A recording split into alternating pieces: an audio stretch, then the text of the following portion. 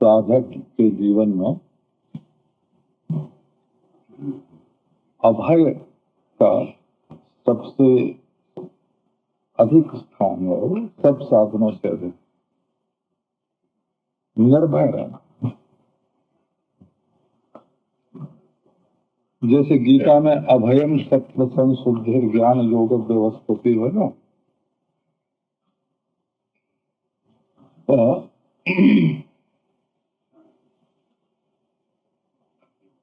उस दैवी संपत्ति माने अभय। दूसरा कोई हमारा नुकसान कर सकता है ये डर भी मत रखो। प्रकृति हमारा नुकसान कर सकती है ये भी डर मत रखो। ईश्वर हमारा कोई नुकसान कर सकता है कि ये भी मत डरो।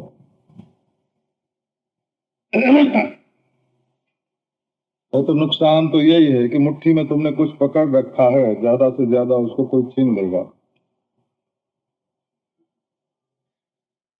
और पहले से ही अगर हाथ खुला कर दे तो कोई डर नहीं है।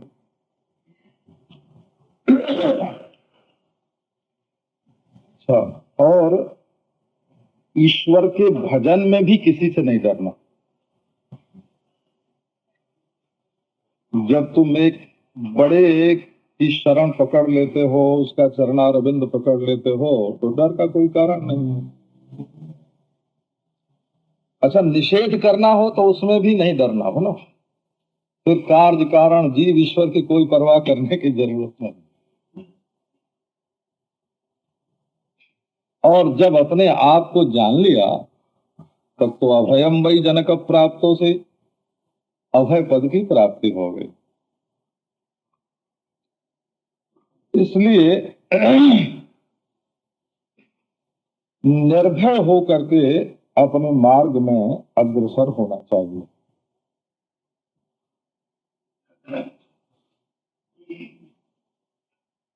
कोई लोग सहारा लेके भय को छोड़ते हैं, कोई लोग बिना सहारा छोड़ते हैं।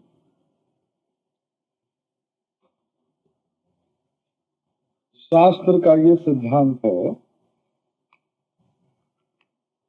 कि सच्चाई की खोज करने से भय की निवृत्ति होती है। ये श्रीमद् भागवत में जहां नुस्खे लिखे हैं ना, कौन रोग कैसे दूर होता है, ऐसे हैं, अलग अलग है। असंकल्पात जयेत कामम, क्रोधम काम विवर्जनात्, अर्थानर्थे क्षया लोभम, भयम तत्वावमर्शनात्। अपने जीवन में से भय कैसे दूर हो, कि सच्चाई की खोज करो। तुम्हारे सिवाय तुम्हारा नुकसान करने वाला कोई दूसरा है क्या? सच को ढूंढो, नहीं है। और तुम्हारा कोई नुकसान हो सकता है क्या? तो तुम तो नित्य शुद्ध बुद्ध मुक्त आत्मा हो, तुम्हारा कोई नुकसान नहीं हो सकता। नुकसान माने हानि हो, हानि।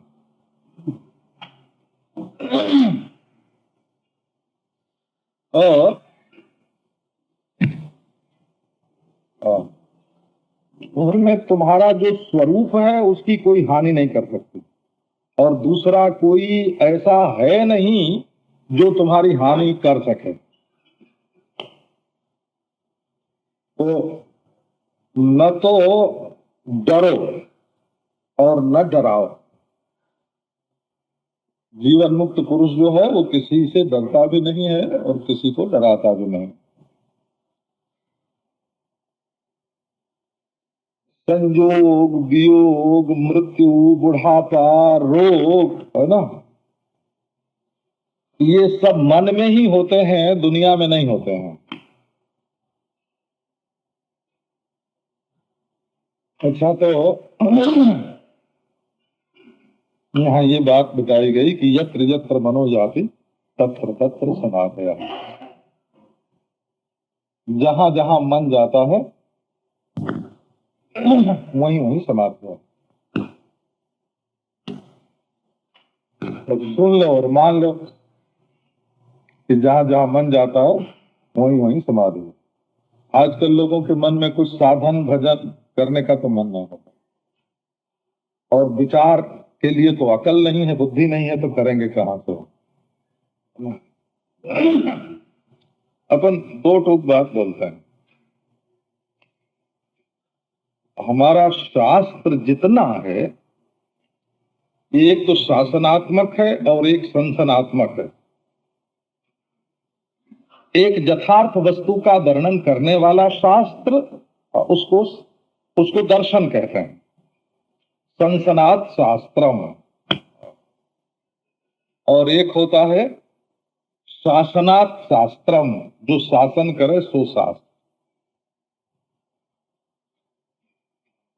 तो एक बात आपको सुना, एक आदमी ने कहा कि सत्य तत्व परमात्मा आत्मा ब्रह्म अमत है?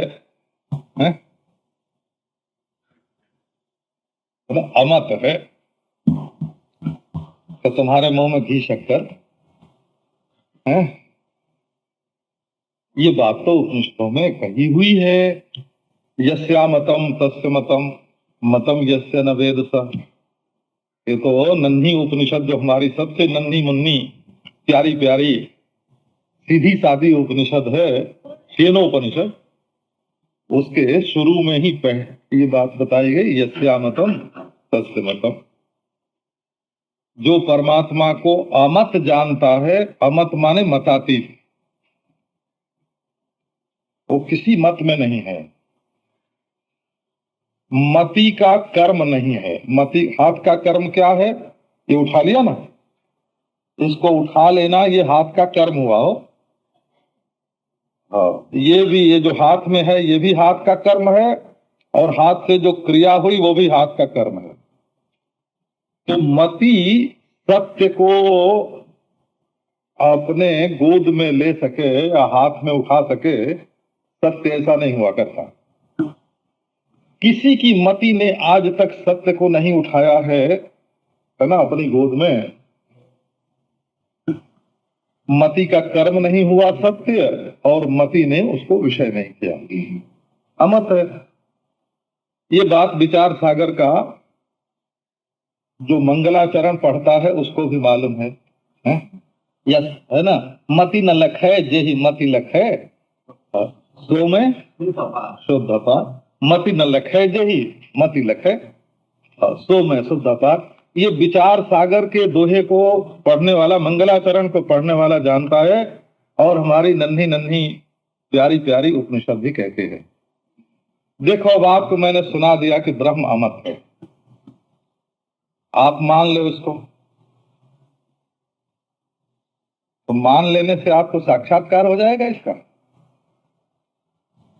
है ना। ये शब्द याद कर लो, ब्रह्म अमत है, ब्रह्म अमत है, ब्रह्म अमत है, तो साक्षात्कार हो जाएगा।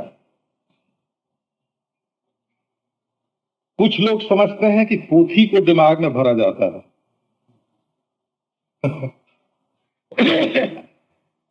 पोथी को दिमाग में नहीं भरा जाता। एक ने कहा कि बेटा इस पोथी को घोंट लो और पचा जाओ। तो बच्चे ने कहा कि ये तो पिताजी ने बहुत बढ़िया बात बताई। तो उसने सिल बट्टा ली और किताब को घोंट लिया, और घोंट के घोंट लिया, है ना, पानी में मिला के पी लिया, और उसके बाद जकार लेने लगा कि अब पचती है, अब पचती है, अब पचती है, हैं? ये तो सब जानते हैं कि ज्ञान पोथी में नहीं होता, पोथी घोंटने से या उसको पीस करके पीने से या पचाने से ज्ञान नहीं होता। ये बात भी उपनिषद में बहुत बढ़िया कही हुई है, नानुध्यायाद बहून शब्दान वाचो विदिलापनम हितम। बहुत शब्दों का अध्ययन नहीं करना चाहिए, वो तो वाणी का अपव्यय है। अच्छा, एक और आपको सुनाती हूं। ग्रंथान अभ्यस्य मेधावी, ग्रंथों को खूब पढ़ ले, और उसके बाद क्या, पलालमिव धान्यार्थी तेजेद ग्रंथान अशेषतः। ये विद्यारण्य स्वामी का पंचदशी में है ये बता। जैसे पुआल छोड़ देते हैं और उसमें से चावल निकाल लेते हैं, ऐसे ग्रंथों में जो चावल है सो निकाल दो और ग्रंथ रूपी पुआल को छोड़ दो। पलालमेव धान्यार्थी त्यजेत ग्रंथमशेषतः। एक शंकराचार्य की बात आपको सुना देते हैं। हाँ। आप चक्कर में मत पड़ो। वाग वैखरी शब्द झरी शास्त्र व्याख्यान कौशलम वैदुष्यम विदुषाम चापि भुक्तये न तो मुक्तये। ये जो जोर जोर से बढ़िया आवाज बना करके बोलना है, शब्दों की झड़ी लगाना है और व्याख्यान की कला है, शास्त्र व्याख्यान कौशलम, और ये जो बड़ा भारी पांडित्य है, ये सब भोग की प्राप्ति के लिए है, लोगों को आकृष्ट करके उनसे अपनी जीविका चलाने के लिए है, ये मुक्ति के लिए नहीं है। शास्त्र जालम महारण्यम चित्त भ्रमण कारणम। ये किसका वचन है आपको मालूम है? शंकराचार्य का है। बोला ये शंकराचार्य का है। शास्त्र जालम महारण्यम चित्त भ्रमण कारणम।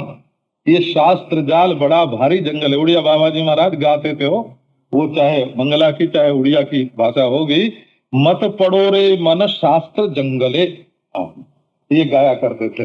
मत पड़ो रे मन शास्त्र जंगले। आपको एक प्रयोजन से मैं ये बात सुना रहा हूं।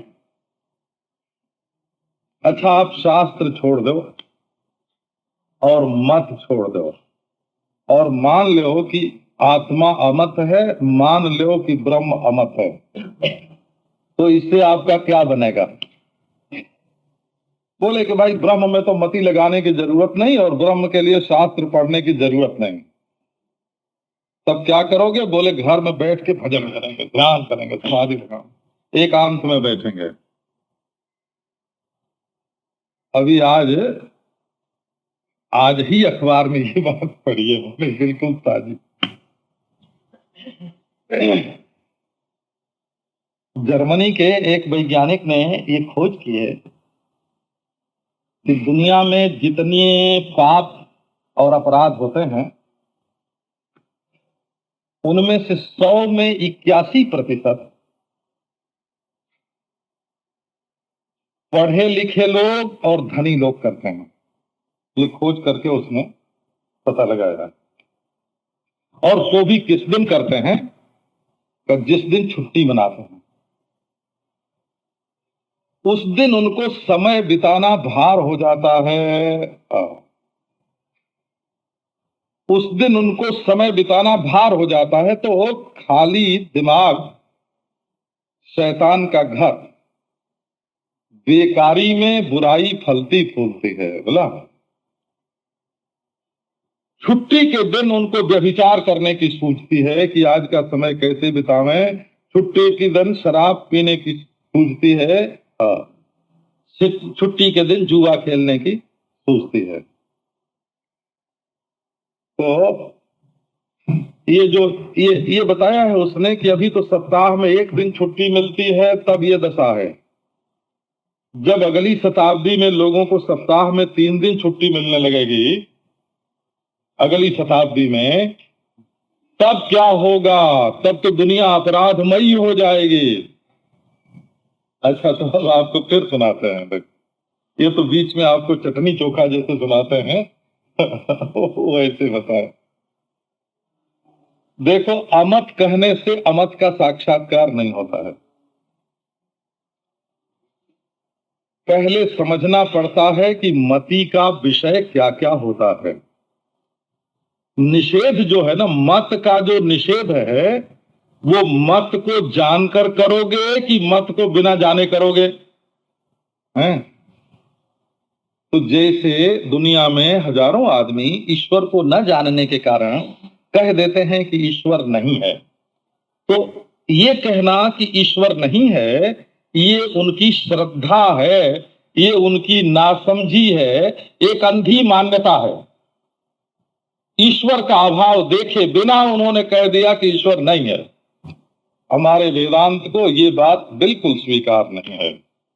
जिसको ना बोलना होए उसकी पहले खूब जांच पड़ताल कर लो कि वो चीज क्या होती है, तब उसको ना बोलो। जैसे देखो, ईश्वर अमत है, यत्र यत्र मनोजाति का अर्थ में अभी आपको समझाता हूं। बोलो, किसी ने कह दिया ईश्वर अमत है और हमने मान लिया ईश्वर अमत है, तो पहले देखो कि मति का विषय क्या होता है। तो मति का विषय होता है ईंट, पत्थर, मकान, ये स्थूल सृष्टि होती है मति का विषय। तो जब हम अमत कहते हैं तो उसका अर्थ होता है कि ये ईंट, पत्थर, मकान है ना, ये पेड़ पौधा, इनसे परमात्मा न्यारा है, ये अमत का अर्थ होता है। इधर से मन हटाओ। फिर बोले कि अच्छा, तब भाई ईंट पत्थर नहीं है तो गंडकी का पत्थर होगा, नर्मदा का पत्थर होगा। तो बोले जरा अमत करना है तो अमत को जानना है तो इधर से भी मन हटाओ। तो बोले हमारे गुरु जी हैं, राधा स्वामी दयाल ने कहा कि मैं कुल्लय मालिक, दुर्धाम का स्वामी, मैं हूं परमेश्वर, और कौन होता है? मैं हूं सर्वेश्वर।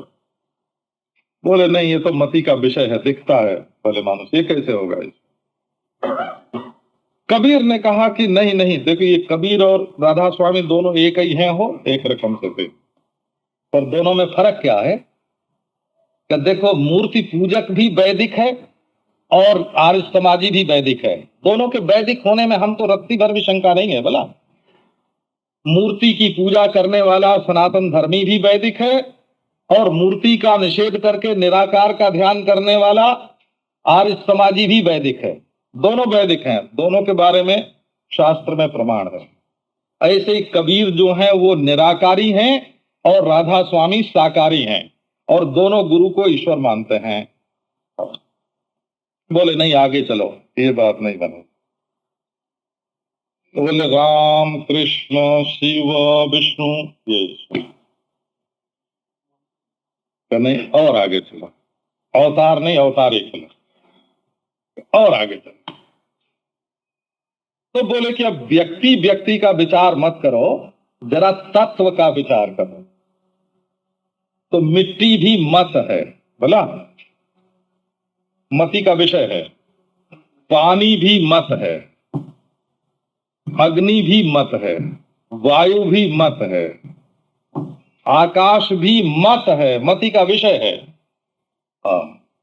ये परमेश्वर नहीं है, ये स्थूल समष्टि का, स्थूल व्यक्ति और स्थूल समष्टि, ये सब मत हैं। अच्छा, अब आगे चलो, अमत का अर्थ क्या होता है? यस्या मतम तस्य मतम। अच्छा, बोले अब सूक्ष्म समष्टि में चलो। तो सूक्ष्म समष्टि में जो पंचतन मात्रा है वो भी मत हैं, और पंच तन मात्राओं का एक जो त्रिगुणात्मक मूल है सो भी मत है। तमस से स्थूल और रजस से क्रियात्मक और सत्व से ज्ञानात्मक वृत्तियों का जो उदय होता है वो समष्टि अहंकार भी मत है। फिर बोले समष्टि बुद्धि महत भी मत है। फिर सबका मूलभूत जो कारण है प्रकृति का, वो भी मत है। प्रकृति के साथ जिसका नियम में नियामक भाव संबंध है वो प्रकृति विशिष्ट चेतन भी मत है। देखो, आप अमत कह के छुट्टी पा गए सो बात नहीं, आप बच्चे की तरह काम मत करो। बच्चा कैसा काम करता है? बच्चा काम करता है, एक सवाल उसको दिया गया गणित का, तो उसको गणित करना नहीं आया, तो अपने बाप के पास गया, तो पिताजी इस गणित का हल हमको नहीं आता है। क्या नहीं बेटा, ये है, इसका हल तो ये है, ले लिख ले नीचे, गणित के नीचे वो जो सवाल है ना लगा, नीचे लिख ले। सही है। क्यों बाबा, बेटे ने गणित सीख लिया आपका, आपने अपने बेटे को मूर्ख बना दिया। गणित निकालने की जो रीति थी वो तो उसने सीखा नहीं, और वो जो हल है फल है है ना। गणित निकालने के बाद अपने आप वो गणित निकालता, उसको तुम गणित निकालने का तरीका बताते हैं, किस तरीके से गणित निकालो, इसका फल क्या होता है, इसका फल ये निकलता है, कैसे निकलता है, ऐसे निकलता है। तब तो आपके बेटे को भी गणित आ जाती। और यदि आपने गणित का फल अपने बेटे को बता दिया और उसको गणित की रीति नहीं बताई, तो आपने अपने बेटे को मूर्ख बना दिया, उसका भला नहीं किया, उसके साथ अन्याय किया, अन्याय। तो अमत का अर्थ क्या है ना, कि संसार में स्थूल व्यक्ति विषयक, स्थूल समष्टि विषयक, सूक्ष्म व्यक्ति विषयक और सूक्ष्म समष्टि विषयक, और कारण कार्य रूप समष्टि विषयक जितना भी ज्ञान है उसका नाम है मत। भला उसका नाम है मत। अब इसको भी आप याद कर लो, याद करने से काम नहीं चलेगा, इसको समझना पड़ेगा। निषेध शास्त्र जो है, निषेध शास्त्र मान्यता का शास्त्र नहीं है।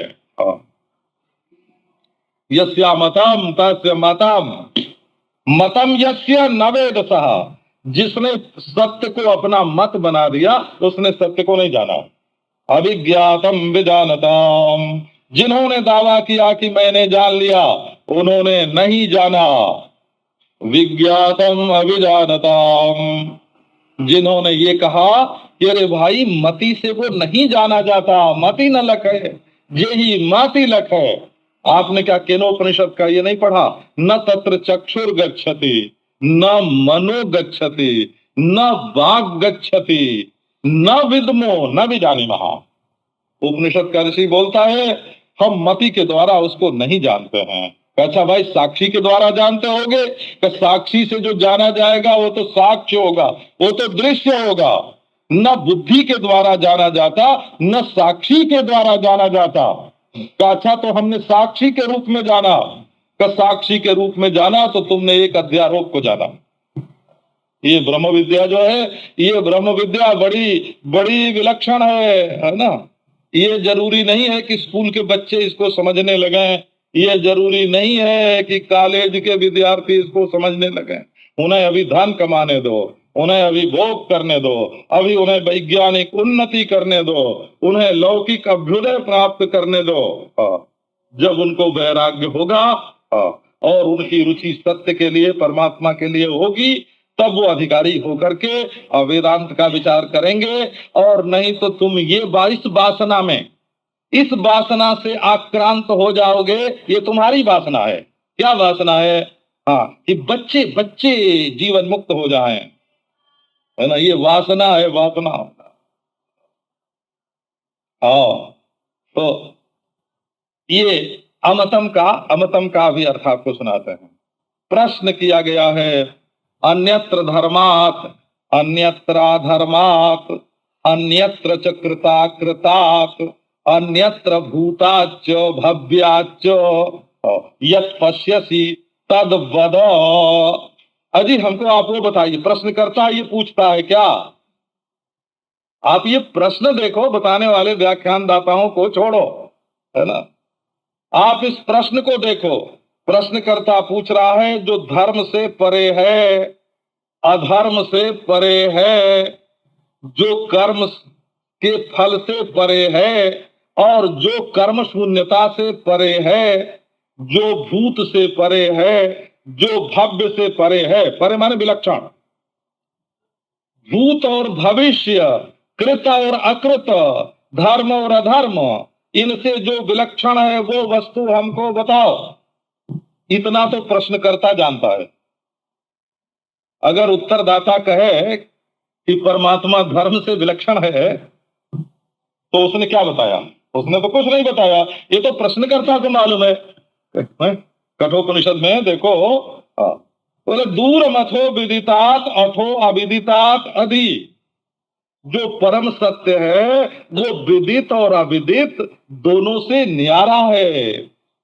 और किस चक्र में पढ़ते हो भाई, है ना। ये बड़ा भारी षड्यंत्र है।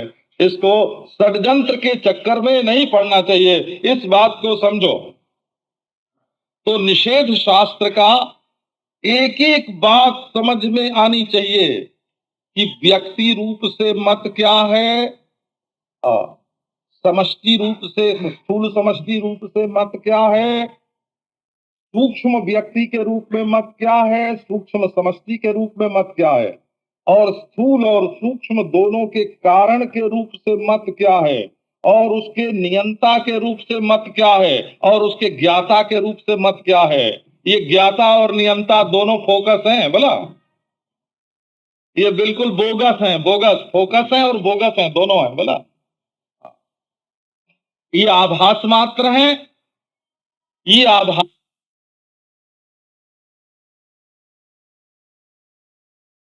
फोकस है और बोगस है, दोनों हैं बोला। ये आभास मात्र है, ये आभास मात्र हैं और आरोपित हैं। तो जब तक मत का निषेध किए बिना तुम सत्य को अमत मानोगे, तब तक केवल अज्ञान के अंधकार में बिल्कुल भटकते रहोगे। अच्छा, एक एक दूसरी बात आपके साथ,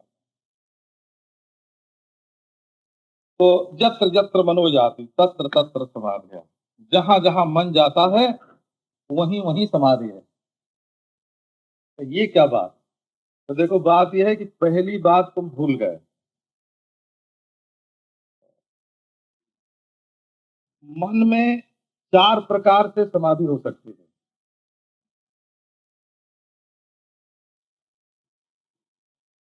किसी भी आकार का आलंबन लेकर एक समाधि होती है,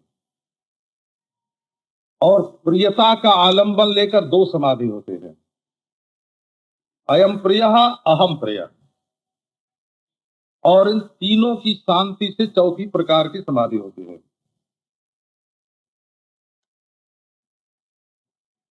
तो लोक सेवा जो है वो प्रथम समाधि है, प्रथम समाधि का विलास है लोक सेवा। ये सब परमात्मा का, सर्व परमेश्वर का स्वरूप है। और अयम प्रिय जो है ये दूसरी मानसिक समाधि है, और अहम प्रिय ये तीसरी समाधि है, और अहम इदम से रहित चित्त की शांत स्थिति ये चौथी समाधि है। बात ये बताई गई कि नाम रूप को जरा अलग करो, तो जब तुम्हारा विवेक जागृत हो जाएगा, विवेक जागरण की आवश्यकता है। उत्थातव्यम जागृतव्यम जोक्तव्यम भूति कर्मसु, उठो जागो और अपनी साधना में लग जाओ, ये वेद का मंत्र है। उत्थातव्यम जागृतव्यम योक्तव्यम, उत्तिष्ठध्वम जागृध्वम अग्निमिच्छध्वम भारत। वेद कहता है, देखो ये मंत्र हमको कब से याद है बताओ, हम थे बच्चे, ये दादा टीएल वासवानी थे ना, अभी पूना में रहते थे, ये उन दिनों में रहते थे राजपुर देहरादून में। हाँ। और एक दक्षिण भारत से पत्र निकलता था विजन, बोला अंग्रेजी में उसका नाम विजन है, विजन क्या है, कुछ होगा, हमको अंग्रेजी शब्द इतना नहीं मालूम है ना, ऐसा नाम था। संदेश उसका अर्थ होता था, संदेश है। उसमें टीएल वासवानी का लेख छपा था, अंग्रेजी में छपा था। तो उसके ऊपर लिखा था उत्तिष्ठध्वम जागृध्वम अग्निमिच्छध्वम भारता। बुद्धिमानो उठो जागो और अग्नि की इच्छा करो, माने अग्नि प्राप्त करो, एक ऐसी अग्नि प्राप्त करो जिसमें तुम्हारी सारी आसक्तियां भस्म हो जाएं। प्रकाश का आवाहन करो, उन्होंने इसका अर्थ किया था प्रकाश का आवाहन करो, जीवन में प्रकाश आने दो, प्रकाश, अंधकार से छूटो। और ये क्या एयर कंडीशन की तरफ पड़े हुए हो, अग्नि में छद्म, जरा गर्मा गर्मी आने दो, प्यास लगने दो, जीवन में प्यास लगने दो। तब से ये मंत्र हमको याद है ना। सन 26-27 की बात तो जरूर ही होगी, तब से ये मंत्र। फिर महाभारत में मिला उत्थातव्यम, जागृतव्यम, योक्तव्यम। बाद में उपनिषद में है, उपनिषद में पढ़ा उत्तिष्ठत जागृत प्राप्त वरान निबोधत। जागो जागो, उठो उठो, जागो जागो। एक जागरण की जरूरत है। ये आलस्य की निद्रा, ये प्रमाद की तंद्रा छोड़ो, उठो जागो। एक बार कल्पित और नाम रूप को हटाकर नाम रूप के भीतर क्या बैठा हुआ है उसको देखो। तो पहले ये बात बताई गई कि समाधि कैसे लगेगी कि नाम रूप पृथक करते ना। किसी भी चीज को देखो, उसके नाम और रूप पर मत आओ, उसकी असलियत को देखो। जैसे आप कपड़ा खरीदने जाओ बाजार में, तो उसका नाम बहुत बढ़िया लिखा हो, है ना, उस साड़ी का नाम वैजयंती माला हो, है ना, तो उस साड़ी का नाम इंदिरा गांधी हो। हमने बताओ, हम गए थे एक दुकान में, हो काय के लिए, वो उद्घाटन करने के लिए ले गए थे कपड़े की दुकान में कानपुर। तो मैंने पूछा तुम बेचते कैसे हो? तो उसने बताया कि जहां कोई स्त्री आई तो हम बताते हैं ये साड़ी वैजयंती माला पहनती है और ये तो इंदिरा गांधी पहनती हैं। तो ये तुम्हारे शरीर पर ऐसी फबेगी कि तुम ही दुनिया में बस एक ही रहोगी। ऐसे मैं बताता हूं और स्त्रियां खरीद के ले जाते। तो ये इंदिरा गांधी और वैजयंती माला का नाम सुन के क्या हुआ है? नाम सुन के तुम साड़ी पर आ गए। तो फिर देखा वो चमचम चमक रही है और उसमें जो चित्र हैं, जो है ना, जो बेल बूटा है, जो रंग है, जो डिजाइन है, बहुत बढ़िया। तो ये रूप हुआ, ये रूप। लेकिन तुमने ये नहीं देखा कि उस इंदिरा गांधी नाम के नीचे, उस अच्छी डिजाइन और रंग और रेखा के नीचे जिस सूत का वो कपड़ा बना है, वो सूत क्या है? असली है कि नकली है? आजकल सारा मुनाफा तो उसी में से निकलता है। हमारे एक मित्र के पास हो एक मिल है,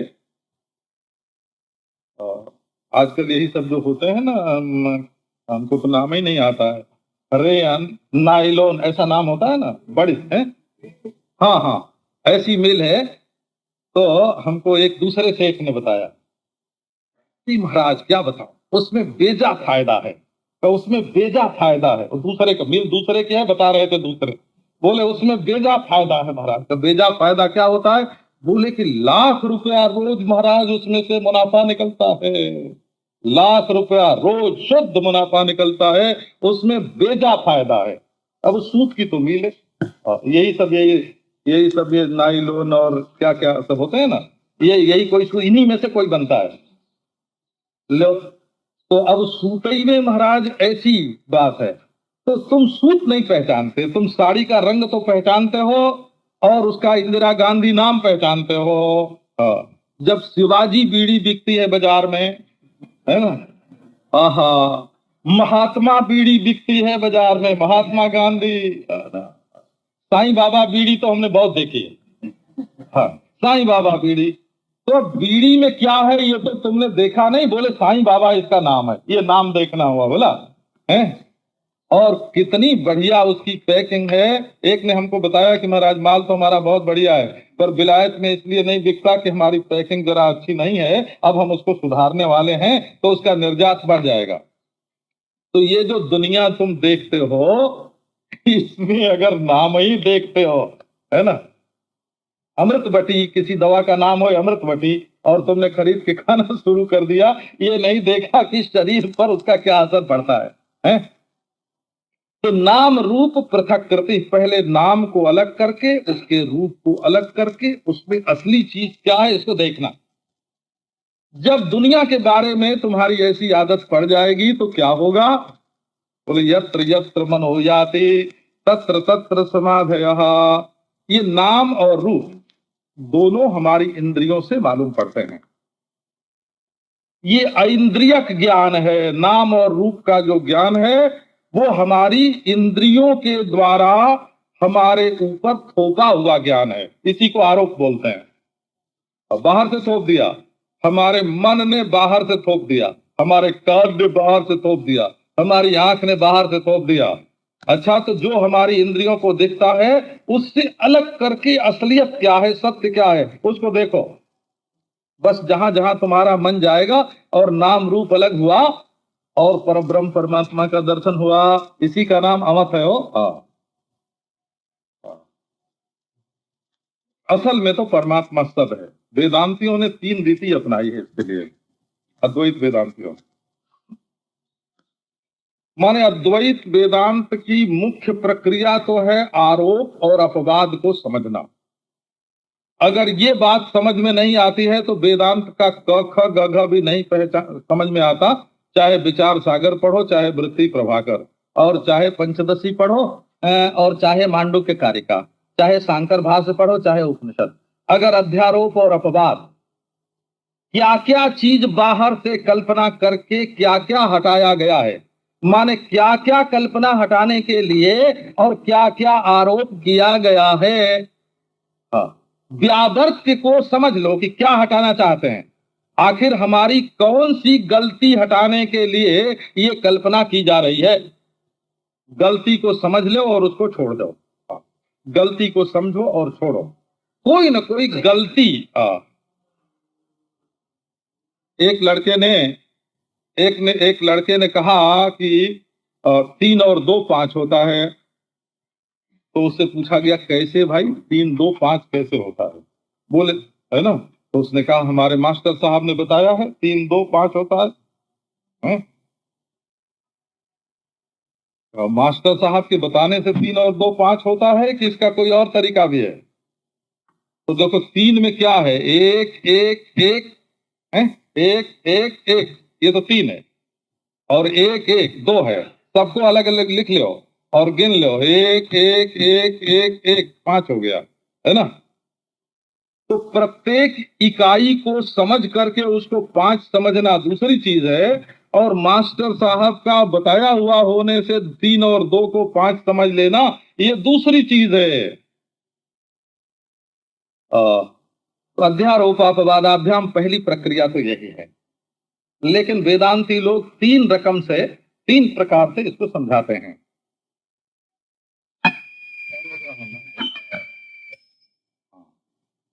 अतीय स्वगत, जितने भेद हैं उनका निषेध कर दिया जाए। भेद जो हैं ये बौद्धिक होते हैं, सारे के सारे भेद बौद्धिक होते हैं। तो बुद्धिगत जो भेद भ्रम है उसको निवृत्त कर देना, ये पहली पहली बात है वेदांतियों की। दूसरी बात यह है कि भेद भ्रम नहीं, ये जो भेदात्मक प्रपंच है ना, प्रपंच, भेद बुद्धि को मिटाना दूसरी चीज है, और अन्वय व्यतिरेक से प्रपंच को, कार्य को कारण में लीन करना ये दूसरी चीज है।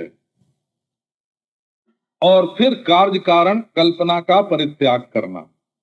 दृष्टि सृष्टिवाद में केवल दृष्टिगत भ्रम की निवृत्ति ही इष्ट है, और कार्य कारण विचार में कार्य को कारण से अनन्य समझ करके, घड़े को मिट्टी से अनन्य समझ करके कि मिट्टी से न्यारा कुछ घड़ा नहीं है, और ये कार्य कारण जो दोनों हैं वो अपने स्वरूप में बिना हुए भास रहे हैं।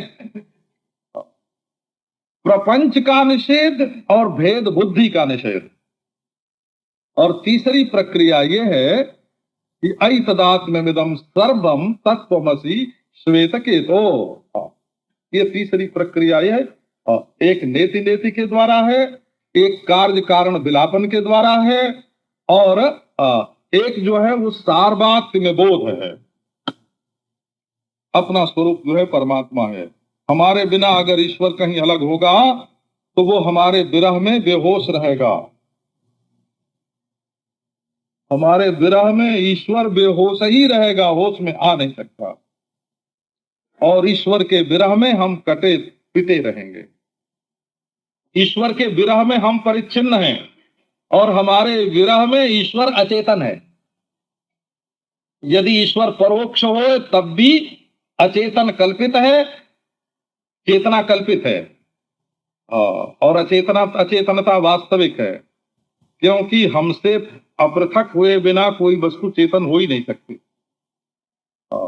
और ईश्वर यदि प्रत्यक्ष है तो दृश्य है, हमसे अलग ईश्वर यदि प्रत्यक्ष है तो दृश्य है, जड़ है, विकारी है। और यदि परोक्ष है तो कल्पित है। हमसे अलग रह करके ईश्वर चेतन नहीं हो सकता, अचेतन रहेगा। और ईश्वर से अलग रह करके हम पूर्ण नहीं हो सकते, अपरिच्छिन्न नहीं हो सकते, कटे पिटे रहेंगे, राग द्वेष हिंसा मोह भ्रांति के शिकार बने रहेंगे, सुखी दुखी होते रहेंगे, पापी पुण्यात्मा होते रहेंगे, आते जाते रहेंगे। इसलिए वेदांत तीन रीति से इस बात को समझाता है। बुद्धि स्थित भेद भ्रम को निवृत्त करना,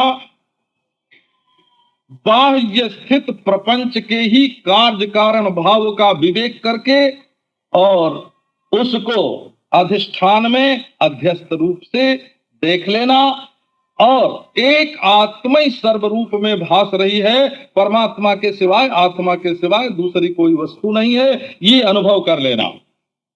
तो भिद्यते हृदय ग्रंथि छिद्यन्ते सर्व संशयाः क्षीयन्ते चास्य कर्माणि तस्मिन् दृष्टे परावरे। ये परावरे भी बड़ा मजेदार है। ये मंत्र जो है, ये उपनिषद का मूल वेदों की संहिता में भी आता है, उपनिषदों में भी आता है। और पुराण तो ऐसा कोई है ही नहीं जिसमें ये न हो। 18 पुराण में है बोला। ये बड़ा विचित्र है। ये महाभारत में भी है, ये वेद की मूल संहिताओं में, उपनिषदों में, 18 पुराणों में, महाभारत में, सर्वत्र ये है। अरे एक बार भाई उसको देखने दो,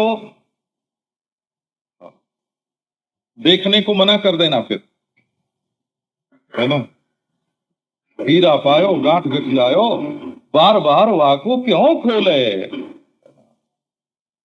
अरे मेरे बाल हैं, तो तुम तो देखने से पहले ही आंख बंद करने को कहते हो। हे महापुरुष, हे महापुरुष, तुम हमको अंधा बनाना चाहते हो क्या? क्यों? तो परमात्मा का दर्शन होने से पहले ही हमको कहते हो कि आंख फोड़ लो। तो बाबा एक बार देख लेने दो, हाँ, फिर तुम कहो चाहे मत कहो, हम अपनी आंख फोड़ लेंगे, लेकिन एक बार उसको देख तो लेने दो। ये जो लोग कहते हैं शास्त्र छोड़ दो, संप्रदाय छोड़ दो, विचार छोड़ दो, है ना, विचार विचार विचार छोड़ दो, विचार छोड़ दो, दर्शन छोड़ दो, शास्त्र छोड़ दो, संप्रदाय छोड़ दो, गुरु से कुछ मत सीखो, आंख बंद कर लो, हैं? अरे एक बार भाई जितना दिखता है उतना देख तो लेने दो, हैं? देख लेंगे, उसके बाद हम आंख फोड़ देंगे, परंतु देखने के पहले तुम आंख क्यों फोड़वाते हो? दृष्टे तस्मिन् परावरे, परावर परमात्मा का दर्शन होता है। बोला दर्शन होता है, साक्षात्कार होता है। अमतत्वेन साक्षात्कार होता है, अदर्शनत्वेन साक्षात्कार होता है। परमात्मा में दर्शन नहीं है, यही दर्शन होता है। परमात्मा में मत नहीं है, यही अमत रूप से ही दर्शन होता है। परमात्मा दृश्य नहीं है, यही दर्शन होता है। परमात्मा ज्ञात नहीं होता, यही ज्ञात होता है ना। परंतु ज्ञात नहीं होता है, इसको जरा समझ तो लेने दो कि क्यों ज्ञात नहीं होता है। जिन लोगों ने 10, 20 बरस, 50 बरस सत्संग कर लिया है, जो समझ गए हैं कि साक्षी क्या होता है, जो समझ गए हैं ब्रह्म क्या होता है, जो समझ गए हैं कि नाम रूप से परे होता है ब्रह्म, का वो लोग अपनी आंख फोड़ के, कान में ठेपी लगा के, है ना, वो अपने दिल दिमाग को बंद करके बैठ जाएंगे तो उनका काम चलेगा। लेकिन जो महाराज इस रास्ते में चलना चाहते हैं, वो अगर चलने के पहले ही टांग काट देंगे, चलने के पहले पांव काट दिया, देखने के पहले आंख फोड़ दी, समझने के पहले बुद्धि मिटा दी, क्या होगा? तो 10 दृष्टे तस्मिन दृष्टे बराबर है। ये जो अदृष्ट दृष्टा है ना, ये जो अजड़ चेतन है, ये जो अद्वैत आत्मा है, इसका पहले दर्शन होने दो। कैसा है ये? बोले वो पर और अवर दोनों है, बड़ा भी वही है, छोटा भी वही है, उसके सिवाय दूसरी कोई चीज नहीं है। जो लोग समझते हैं कि आंख बंद में परमात्मा दिखता है और खुले में नहीं दिखता है, वो परमात्मा को है ना, परमात्मा को आधा जानते हैं। और जो समझते हैं कि खुली आंख से ही परमात्मा दिखता है, बंद आंख से नहीं दिखता है, तो वो भी परमात्मा को आधा ही जानते हैं। और जो जानते हैं कि खुली आंख से भी वही है, बंद आंख से भी वही है, आंख भी वही है? जो दिखता है सो भी वही है, जो देखता है सो भी वही है, उसके सिर्फ 10वें दृष्टि बराबरे। ये तो आधा बताते हैं, जो दिल में ही मिलेगा, दिल में मिलेगा तो बाहर क्या? उड़िया बाबा जी महाराज से किसी ने कहा कि महाराज ईश्वर तो निराकार ही है ना, तो बोले कि फिर साकार तुम्हारा कौन? सच्चा है ना? अरे परमात्मा अगर अद्वितीय नहीं होगा तो देश से परिच्छिन्न होगा। अद्वितीय भी समझना पड़ता है। अद्वितीय क्या होता है? जो पैदा होके मर गया सो दूसरा, और जो पैदा होके जिंदा है सो दूसरा, और जब ये मर जाएगा दूसरा पैदा होगा तो दूसरा। ये काल में कटने वाला जो है इसका नाम द्वितीय है। जो एक दाहिने है एक बाएं है उसका नाम द्वितीय है। जो एक भीतर है एक बाहर है उसका नाम द्वितीय है। तो जहां दाहिना नहीं बायां नहीं, जहां भूत में नहीं भविष्य में नहीं, जहां बाहर नहीं भीतर नहीं, जहां यह नहीं मैं नहीं, उसका नाम अद्वितीय होता है। पहले अद्वितीय को समझो तो बाबा, एक बार समझ लो फिर बोलो समझने की जरूरत नहीं है। और बिना समझे ही समझ को ही काट दिया है। तो क्या किया? एक आदमी को सीढ़ी लगा के छत पर चढ़ना था, तो एक तो सीढ़ी से चढ़ गया और उसने सीढ़ी को गिरा दिया, तो जाओ जरूरत नहीं। रात को बेफिक्र सो गया, ये अब सीढ़ी नहीं है तो कोई चढ़ के आवेगा नहीं। ऐसे करते थे वो पहले, सीढ़ी से छत पर चढ़ गए। छत पर चढ़ने की सीढ़ी पत्थर की बनी हुई नहीं थी, सीढ़ी लगा के ऊपर चढ़ गए। और चढ़ के फिर हुआ कि भाई सीढ़ी अगर लगी रहेगी तो क्या होगा? बोले शायद रात को कोई चोर उठा ले जाए सीढ़ी और दूसरे के घर में लगा के चोरी करे, तो क्या करो? तो आप चढ़ जाए तो सीढ़ी को भी खींच ले ऊपर। ऊपर सीढ़ी खींच ली, अब हमारे पास भी चोर नहीं आ सकता और चोर सीढ़ी को चुरा भी नहीं ले जा सकता है। बोले हमारे घर में चोर आवे और सीढ़ी ले जाए तो हम तो छत पर रह टंगे रह जाएंगे, तो सीढ़ी उठा के अपने पास रख लो, सो गए। और एक आदमी आया, उसने कहा कि भाई सीढ़ी तो अंत में हटानी पड़ती है, आओ हम चढ़ने से पहले ही हटा देते हैं। पार जाने के पहले ही नाव छोड़ दी है ना, यात्रा पूरा होने के पहले जूता उतार दिया, गंतव्य पर पहुंचने के पहले हवाई जहाज छोड़ दिया। ये विचार कहीं दूसरी जगह जाने के लिए नहीं है, ये विचार विचार के साक्षी को ही समझने के लिए हैं, विचार के अधिष्ठान को ही समझने के लिए विचार हैं। तो तस्मिन दृष्टे बराबरे, पर भी वही है और अवर भी वही है। एक महात्मा इसका अर्थ ऐसे करते थे, परमपि अवरम जस्मात्। ये भागवत में शब्द है ना, तो वहां टीकाकारों ने इसका अर्थ ऐसे किया है, पर जिसको दुनिया मानती है सबसे परे, प्रकृति माया माया विशिष्ट चैतन्य है ना, ये सब क्या है? का बोले सबसे परे है। तो वो भी है अवर, माने छोटा, जिससे माने कारण विशिष्ट, कारणांतर्यामी, कारणाश्रय रूप जो चैतन्य है, कार्य कारण के भीतर आबद्ध नहीं है परमात्मा। कार्य कारण तो आपेक्षिक हैं, कार्य की अपेक्षा से कारण है और कारण की अपेक्षा से कार्य है। आपको तत्वमसि स्तोत्र मालूम है कि नहीं है? एक तत्वमसि स्तोत्र है, ब्रह्मानंद स्वामी की रचना है।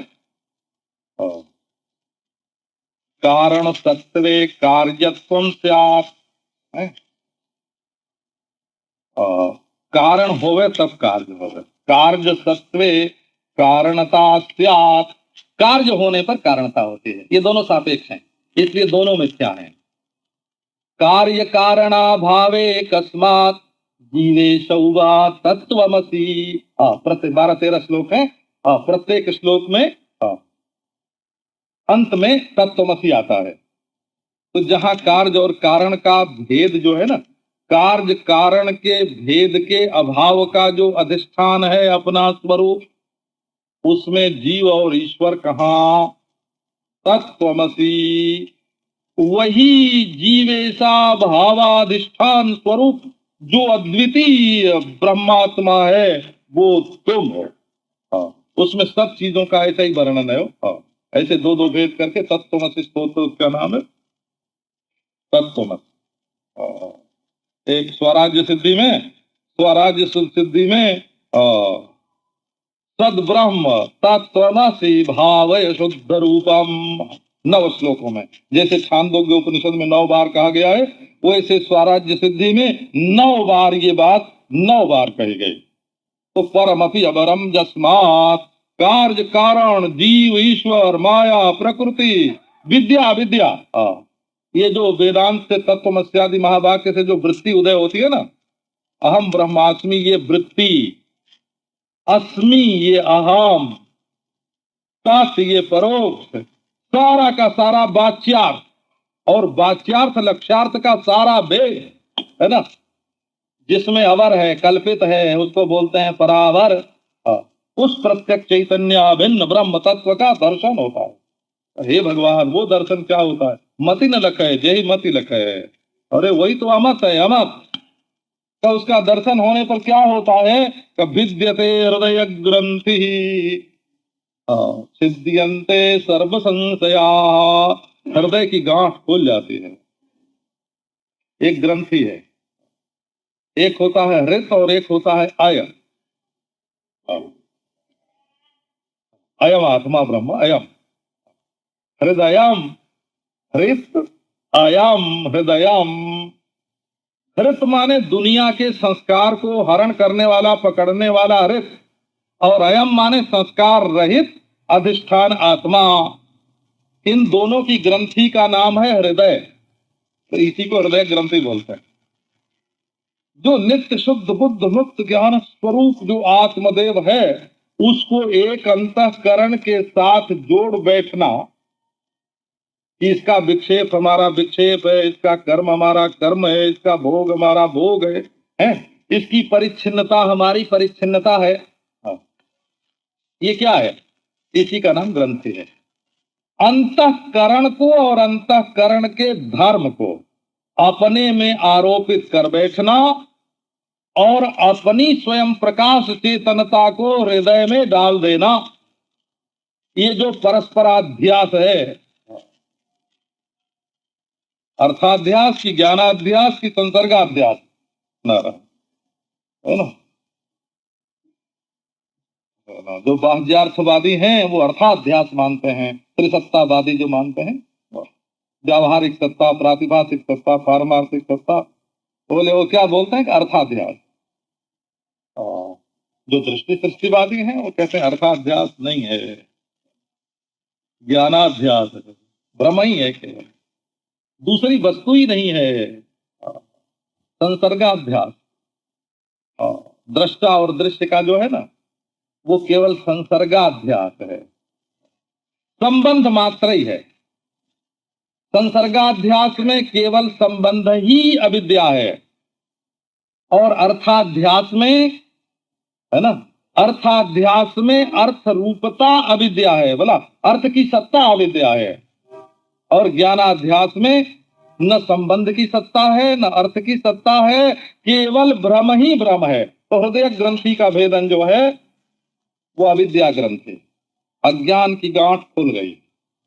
फिर संशय जितने हैं ना, क्यों जी, मैं ही अद्वितीय अनंत ब्रह्म हूं कि नहीं है? अच्छा, अरे जब मैं ब्रह्म हूं तो इस ब्रह्म रूप का साक्षात्कार होता है कि नहीं होता है? अच्छा, साक्षात्कार होता है तो हमारा कुछ कर्तव्य भी है कि नहीं है? अच्छा, कर्तव्य नहीं है तो हम जीवन मुक्त हैं कि नहीं है? का अच्छा, हम जीवन मुक्त भी हैं तो देह पात के बाद भी विदेह मुक्ति होगी कि नहीं होगी? का अच्छा, विदेह मुक्ति हो भी जाएगी तो फिर जन्म होगा कि नहीं होगा? बोले ये सब क्या है? कि ये सब संशय ग्रंथि है। संशय ग्रंथि माने नींद टूटी नहीं है। संशय माने निद्रा ही होता है संस्कृत में, बोला। ये शय है ना, शयन। शयन में क्या है? शयन में जो शय है, संशय में भी वही शय है। जैसे बंध में जो बंध है वही संबंध में भी सम उपसर्ग लग के है। इसी प्रकार शयन में जो शय है, सोना, उसी में सम लग गया तो संशय है, अच्छी तरह सोए हैं। हाँ। संशय होना ये जागते हुए का लक्षण संशय नहीं है। हाँ। एक दर्शनों के इतिहास में एक समय ऐसा आया था जब संशयवादी हो गए थे लोग कि ऐसा है कि ऐसा है, ऐसा है कि ऐसा है। क्या तो बिल्कुल निश्चयात्मक है, सब संशय निवृत्त हो गए, क्योंकि सारे संशय अविद्या मूलक होते हैं। वस्तु को हम साफ नहीं समझते हैं तब संशय होता है। स्त्री वा पुरुषो वा, स्त्री है कि मां पुरुष है। हम लोग रास्ते में आते हैं ना, और दूर से मालूम पड़ता है कि मेरे राइट पर एक महात्मा भी आ रहे हैं। तो हाँ भाई, बड़े धीर गंभीर चाल से चलते हैं। हाँ, कोई महात्मा है, लाल लाल कपड़ा देखो दूर से दिख रहा है। जब मोटर पास आती है तो मालूम होता है महात्मा नहीं है, महिला है। अच्छा, तो ये रज्जु सर्प भ्रम का यही मतलब है। वो हाँ, यही रज्जु सर्प भ्रम है। महिला का महात्मा दिखना, ये रज्जु में सर्प भ्रम हो गया। माने अन्य को अन्य देखना, इसी का नाम तो भ्रम है ना। दूसरे को दूसरा समझना, इसी का नाम भ्रम है। तो जब भ्रम होता है ना, माने अज्ञान होता, पहले ठीक ठीक समझा नहीं कि कौन है, तब स्त्री है कि पुरुष है, यह भ्रम हो गया। और जब समझ लिया है, जब समझ लिया कि कौन है तो स्त्री पुरुष है, ये संशय नहीं होगा। और क्षीयन्ते चास्य कर्माणि तस्मिन् दृष्टे परावरे। ये महाराज कर्म जो है ना, ये बड़ा दुख देता।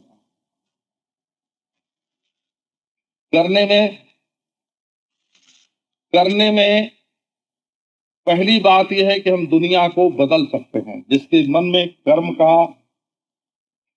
करने का दावा होता है, हम कर्म करेंगे तो ऐसे से ऐसा बना देंगे। हम पहाड़ को तौल लेंगे, हम समुद्र को नाप लेंगे, हम आकाश का अंत देख लेंगे। और कर्मी के मन में पहले अभिमान का उदय होता है, फिर वासना होती है कि ये कर्म करेंगे तो ये भोग मिलेगा, ये कर्म करेंगे तो ये भोग मिलेगा। अब लोग अपने को तो भूल ही गए, इसमें अपना कहाँ है? सब कुछ रुपया हो गया ना। भज कलदारम भज कलदारम, बाहर वाला सब कुछ है, हम कुछ नहीं। हमने देखा है कि जो लोग कुत्ता पालते हैं ना, कुत्ता, उनका कुत्ता उनसे बहुत प्रेम करता है, उनके सामने पूंछ खिलाता है, उनको चाटता है।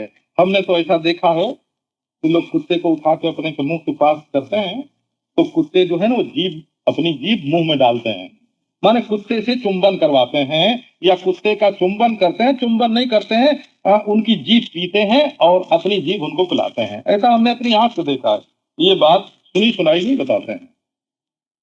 तो तुम्हारा कुत्ता तो तुमसे इतना प्रेम करता है, अब बोलो तुम अपने से कितना प्रेम करते हो? बोले कि नहीं जी, हम तो उससे प्रेम करते हैं, हमारा प्यारा तो वो है। तो तुमसे ज्यादा समझदार तो तुम्हारा कुत्ता है। जो तुम्हारे अंदर जो सुख बैठा हुआ है, तुम्हारे अंदर जो रस है, स्वाद है, वो उसको पहचानता है। नारायण।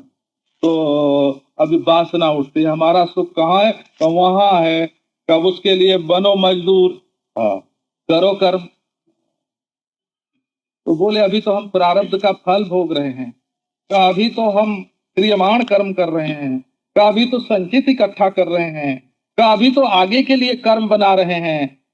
तो जरा देखो तुम्हारे स्वरूप में है भी इसका कुछ रिश्ता नाता हाँ, तुम साक्षी कैसे हो, तुम चेतन कैसे हो, तुम ज्ञान स्वरूप कैसे हो, जरा इसको देखो तो ये परमात्मा का साक्षात्कार होने पर हृदय ग्रंथि का भेदन हो जाता है, संशय का निवारण हो जाता है, कर्म क्षय हो जाते हैं।